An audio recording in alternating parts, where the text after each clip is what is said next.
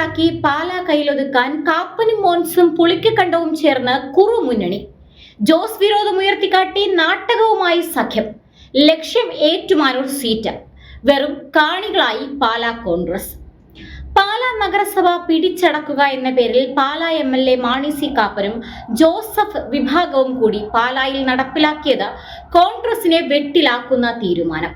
പുളിക്കക്കണ്ടം ഫാമിലിക്ക് പാലാ നഗരസഭാ ഭരണം തീരെഴുതി നൽകിയതോടെ പാലായിൽ ഒന്നുമല്ലാത്ത അവസ്ഥയിലായിരിക്കുകയാണ് അവിടുത്തെ കോൺഗ്രസ് നേതൃത്വം.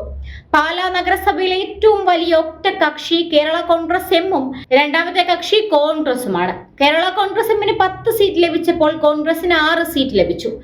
എന്നാൽ ഭരണസമിതിയിൽ ഈ രണ്ടു കൂട്ടർക്കും പങ്കാളിത്തമില്ല എന്നതാണ് രസകരം.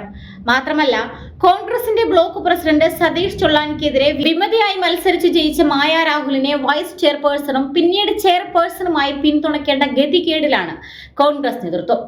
BJP സഹയാത്രികരായ പുളിക്കക്കണ്ടം ഫാമിലിയെ 5 വർഷവും പിന്തുണയ്ക്കുന്നതിനോടൊപ്പം വരുന്ന നിയമസഭാ തിരഞ്ഞെടുപ്പിൽ BJPക്കെതിരെ പ്രവർത്തിക്കേണ്ടി വരുന്ന ഗതികേടോർത്ത് തലയിൽ മുണ്ടിടേണ്ട അവസ്ഥയിലാണ് പാലായിലെ കോൺഗ്രസ് പ്രവർത്തകർ. തദ്ദേശ തിരഞ്ഞെടുപ്പ് ഫലം പുറത്തു വന്നത് മുതൽ UDF പാലാ പിടിച്ചു എന്ന് പറഞ്ഞ് കോലാഹലം സൃഷ്ടിച്ചവർ ഇപ്പോൾ പുലി വാല് പിടിച്ച അവസ്ഥയിലാണ്.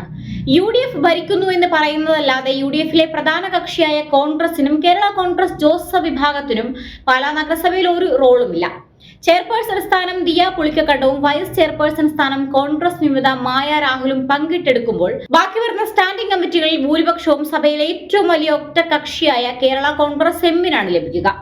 ബലത്തിൽ ജോസ് കെ മാണിയോടുള്ള വിരോധം തീർക്കാൻ 5 വർഷം പുളിക്കക്കണ്ടം കുടുംബത്തിന്റെ പാദസേവകരായി പണിയെടുക്കേണ്ട അവസ്ഥയിലായിരിക്കുകയാണ് പാലായിലെ കോൺഗ്രസ് നേതൃത്വം.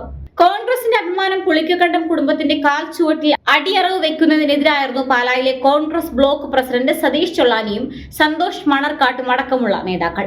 എന്നാൽ ജോസ് കെ മാണിയെ ഏതു വിധേനയും തറ പറ്റിക്കുക എന്ന ഒറ്റ ലക്ഷ്യം മാത്രമുള്ള കോട്ടയം DCC പ്രസിഡന്റ് നാട്ടകം സുരേഷ് പാലായിലെ നേതാക്കളുടെ വികാരം ഉൾക്കൊള്ളാൻ തയ്യാറായില്ല.